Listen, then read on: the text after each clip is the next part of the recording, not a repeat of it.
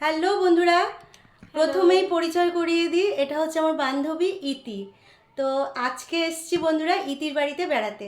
আর সামনে পয়লা বৈশাখ গেছে, নীল পুজো গেছে, সংক্রান্তি গেছে।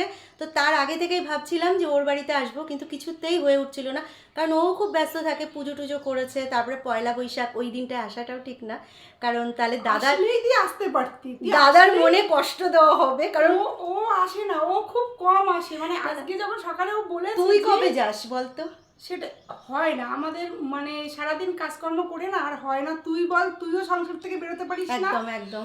আর যদিও বা যাওয়া হয় সেটা দরকারে যাই, বাইরে বেরোই। তুইও যেমন দরকারে বরের সাথে, মানে অনেকে বলে খালি ঘুরিস, আদৌ তো কাজেও তো যাস। কত কাজে বেশি যায়, ওইটাই হচ্ছে ঘোরা, আর কিছুই ঘোরা। তো সেটা হয় না, দুদিন একসাথে। তো আমি এই যে একটা ছোট্ট গিফট ওর জন্য এনেছি। তো বন্ধুরা, আমি এই যে ওকে দিচ্ছি, আর চাইবো এটাও সকলের সামনে খুলবে। আর জানি না আমি ওর পছন্দ হবে কিনা।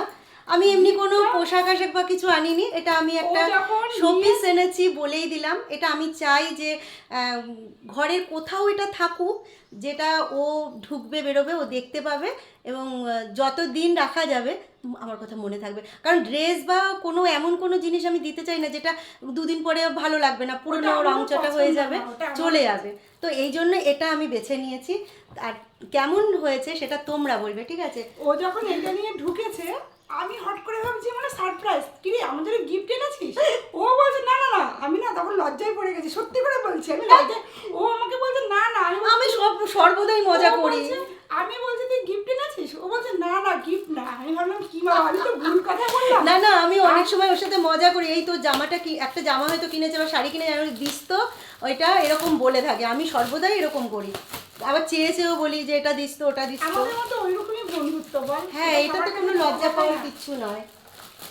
ছিঁড়েই ক্যান্ট গিফট বাবা, গিফট কেউ দেওয়া মানে মানে খুবই আনন্দ, সত্যি খুব, মানে মনে সেই ছোটবেলায় চলে গেছি।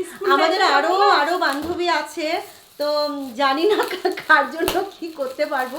তো ওকেই প্রথম এই গিফটটা আমি দিলাম। তুই তাহলে গিফট দিতে এসেছিস আমাকে?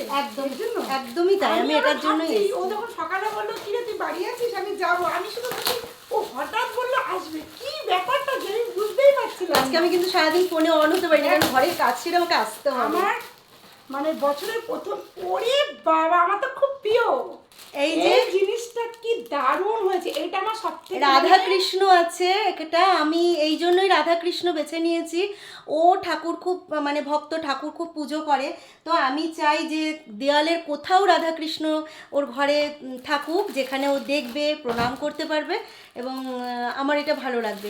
খুব সুন্দর হয়েছে। দেখো বন্ধুরা, ওর অনেক পোশাক আছে, সেগুলো ছিঁড়ে যাবে, তো সেই জন্য এইটা খুব সুন্দর, আমার খুব প্রিয় জিনিস, খুব পছন্দ রে শোনা। কেমন এই আমার গায়ে ঘাম, ওর ঘাম লেগে গেছে, সত্যি খুব পছন্দ, খুব পছন্দ। বন্ধুরা, আমার সত্যি কেমন হয়েছে অবশ্যই জানাও, ঠিক আছে? হয়েছে। তো টাটা, চলো টাটা।